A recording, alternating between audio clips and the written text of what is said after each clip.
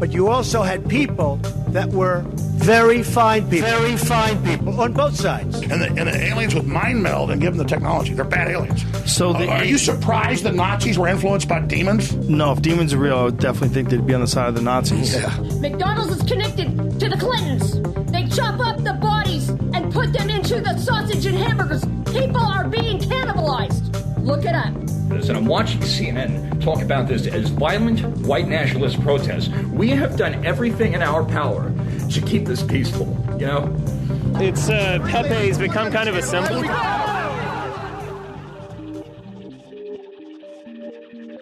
Welcome to Yeah Nah Passaran, a show about fascism and its gravediggers. I'm Cam Smith.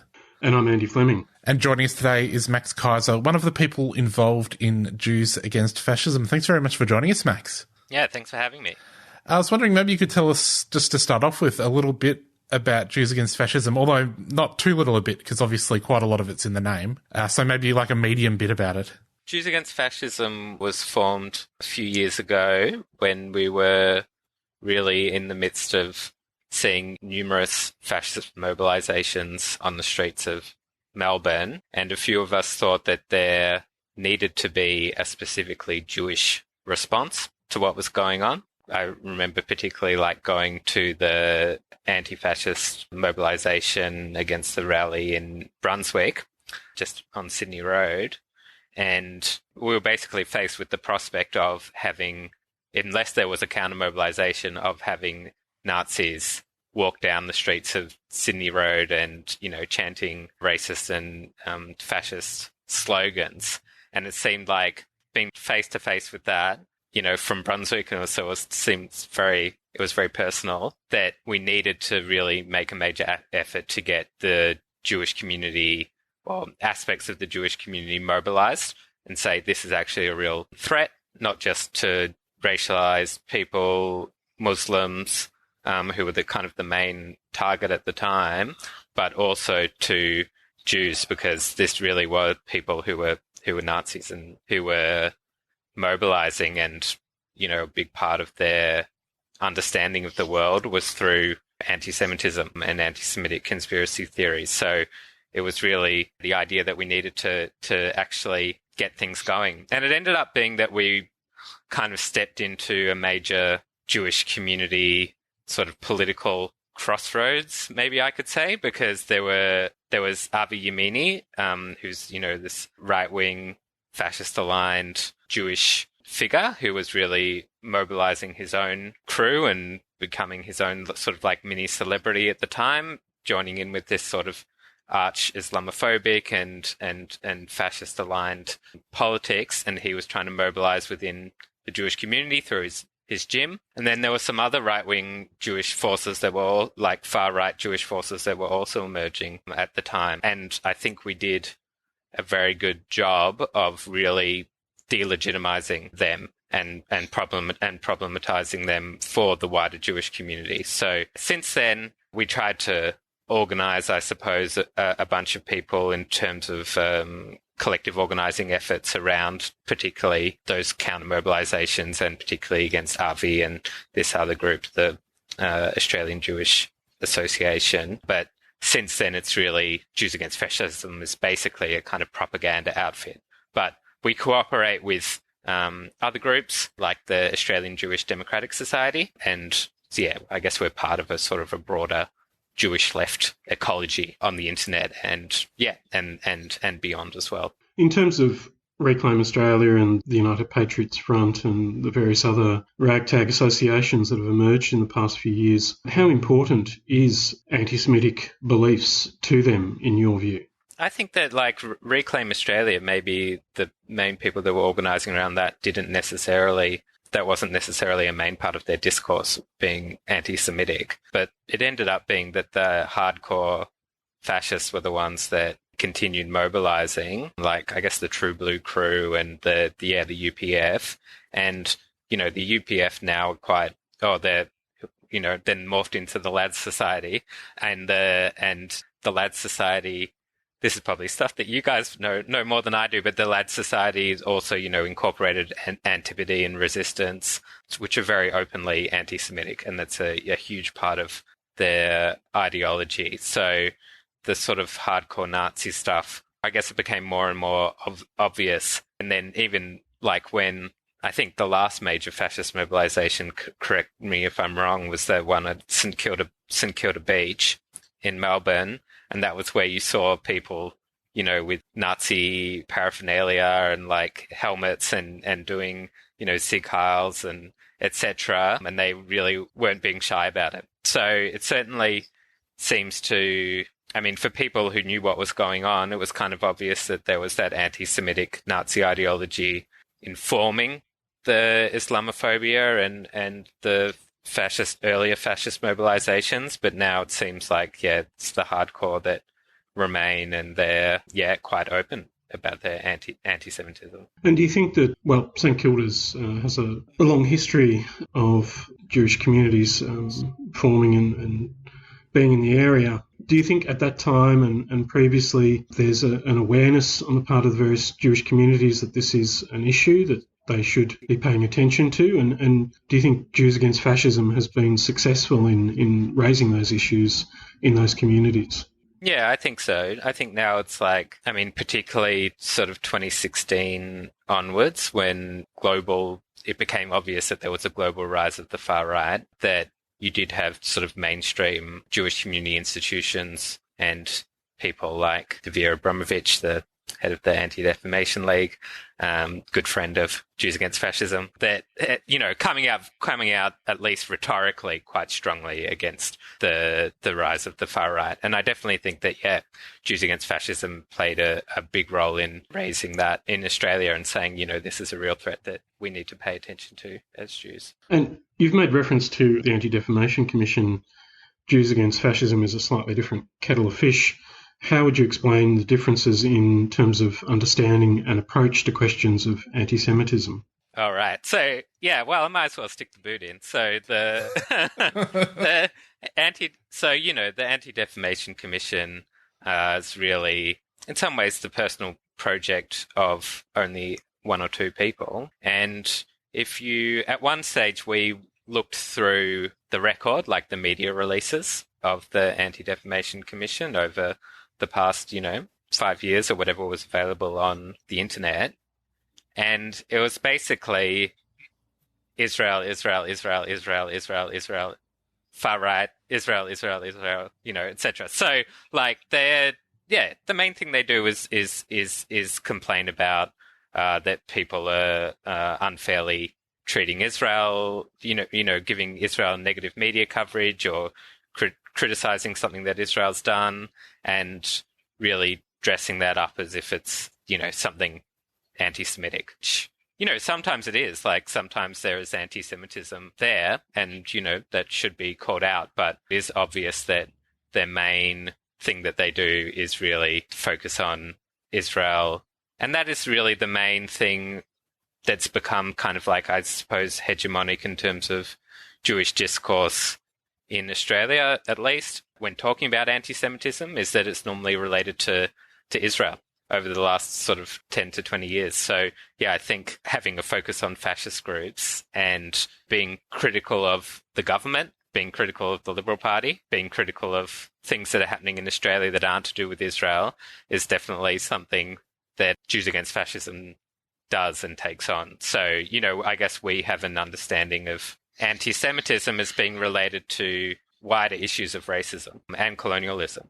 So that is something, that we try to draw the links to and form, solidarities with other racialized groups in order to combat racism more generally. And that's kind of what we see as being key to combating anti-Semitism.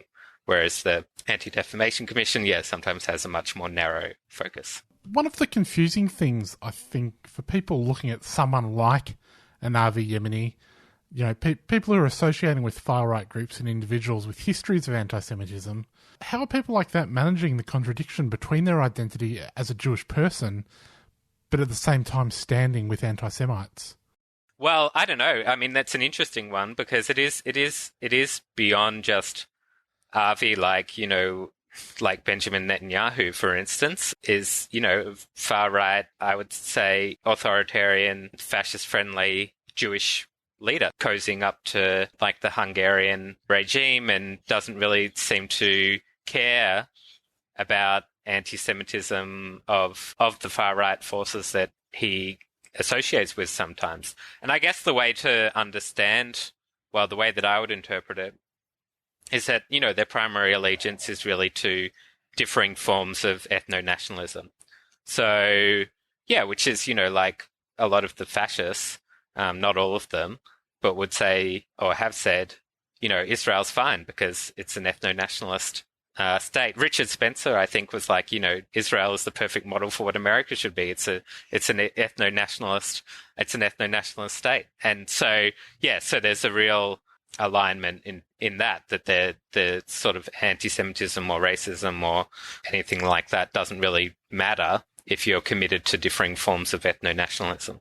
Yeah, speaking of Richard Spencer, I remember recently the US government passed some sort of legislation that deemed Jews as being a specific nationality. I think is some sort of anti-BDS movement. And Richard Spencer celebrated that because his long-term plan obviously is to have Jews as a special category that can be then removed from the United States. And it just seemed like very short-sighted of Jews in America to be celebrating this as well. Yeah, totally. Well, it caused a big... Well, obviously, like most Jews in America are very anti-Trump. So it caused, a lot of, I think, political divisions that the right and more conservative Jewish bodies thought that this was, Trump stepping in and helping to ward against the evils of BDS. But I think for probably the majority of Jews, it was seen as something that was quite sinister. And maybe it hasn't necessarily turned out to have some sort of terrible effect in terms of the oppression of Jewish people in the States. But it was certainly like a big wake-up call, I think, for a lot of Jews in the United States, that if Trump is willing to completely demonize Muslims and migrants in a very explicit way, that people were worried that, this could be a step down the path of changing things for Jews as well in the States. You are listening to 3CR 855 AM, 3cr.org.au and 3CR Digital on your DAB radio. We are talking to Max Kaiser about Jews Against Fascism. You've also done some research into the history of Jewish anti-fascism in Australia. Could you tell us a little bit about what you found? Yeah, so my PhD thesis is on the history of Jewish anti-fascism in Australia, so particularly looking at the 40s and 50s. So basically I was focusing on a group called the Jewish Council to Combat Fascism and Anti-Semitism and some of their associated groups and circles and publications. So it was really... It is a history that's been looked at before, but I was really focusing on, like an intellectual and cultural history. So really delving into what the ideas were that they were talking about. So what Jewish anti-fascism meant for them and how it was, so basically trying to investigate what a Jewish anti-fascist worldview was. And I guess one of the things I found, which I didn't necessarily know I was going to find, was really how mainstream those sorts of Jewish anti-fascism was, and what a powerful and influential group the Jewish Council to Combat Fascism and Anti-Semitism were, particularly through the 40s, for obvious reasons, with sort of the international fight against fascism and the Holocaust, combined basically with influx of vast numbers of Jewish vast numbers is a bit of an exaggeration, but definitely in terms of the small population of Jews there was before the war, there was basically a doubling of numbers over sort of a 10, 15-year period. And all these newcomers from Europe, combined with this international fight against fascism, meant a real sort of change in Jewish community politics, and this idea that, we had to combat anti-Semitism in a very public way, and that we have to organize politically around that and around our interests, and that anti-Semitism had this link with fascism and reactionary politics more generally. So all those ideas became mainstream internationally around this period, and then the Jewish Council to Combat Fascism and Anti-Semitism was sort of the Australian manifestation of those politics. And what did the council actually do? Did it organise events? Did it produce publications? Yeah. So it was very active in terms of, organising community events, organising speakers, sometimes organising rallies and public demonstrations. There was monitoring of fascist activity, which was and anti-Semitic activity more generally. So, if someone was called names on the street or by their boss or something like that, then that would be something that the Jewish Council would step in with. But then, there was also sort of this wider political agenda, which was really, allying with the left and progressive groups and putting forward like a broader analysis. And that involved, I guess like a propaganda effort as well, which was through magazines, through newspapers, and also, going on like the ABC and providing a Jewish anti-fascist voice that way as well. So, there's a whole bunch of different things that the council was involved in. It had, at its height, thousands of members, and it had special committees of like professional committees. So like, there was the doctors committee, and there was the lawyers committee, and, teachers, etc. So quite influential and powerful at the time. And were these groups able to draw on local traditions, or were they more inspired by and informed by this new wave of migration? In other words, what were the kind of cultural, political reference points for anti-fascist Jews in places like Melbourne in the 40s and 50s? Yeah, I think it's fair to say that it was influenced pretty heavily by what was going on internationally. But, so sometimes people tell the history of this period as like there were the Anglo-Jews, or the Jews of British background, and they were all conservative and they were all into assimilation. And then, the German and Austrian Jews came, and the Jews from Poland, etc. came, and they were the radicals. I don't really and they were, tried to change this idea. I don't really take that sort of angle, because basically the Jewish Council Against Fascism and Anti-Semitism was really a mix. You did have Anglo-Jews, and you did have German and Austrian Jews, and you did have Polish Jews. So it was a mix of people, but it was the politics that really changed. And I think that, you can't really look past what was going on in Europe, and I guess in sort of the left more generally. So I kind of trace a lot of these ideas from the Jewish Anti-Fascist Council, which was in the Soviet Union, and was kind of this major Jewish coordinating and propaganda and information collecting, and it's a very important body within the history of the Soviet Union, which, basically all the members were either killed or arrested and sent to the Gulag eventually by Stalin. But before that, during the war and just afterwards, they were really trying to push forward this idea that, Jews were specifically oppressed as Jews by fascism, and therefore Jews needed to respond as Jews. So there needed to be a particular Jewish political subjectivity that answered the threat of fascism in a particularly Jewish way, and that tried to mobilize sort of basically the majority of the Jewish community. And that was an idea that, I guess, spread around the world and was a solid reference point. But in terms of, I guess, local reference points as well, like the Jewish Council and sort of the writers and artists associated with them were cooperating with left forces in Australia, and, particularly prominent left-wing writers and artists. So like people like Brian Fitzpatrick, Vance Palmer, Noel Counihan, all these people were, they were in sort of the same intellectual circles, which was also, kind of like the extended circles of the Communist Party and the left. Well, I guess the question that occurs to me is, given this tradition, how do you relate the experience of a group like Jews Against Fascism to these earlier iterations of Jewish anti-fascism? Is there some kind of tradition here, or are the two, quite distinct? And also, secondarily, in terms of anti-Semitism and understandings of anti-Semitism, what distinguishes the forms that were being combated in the 40s and 50s with those that have emerged in the early 21st century. Oh, yeah, that's a big one. A big one to finish on, yeah.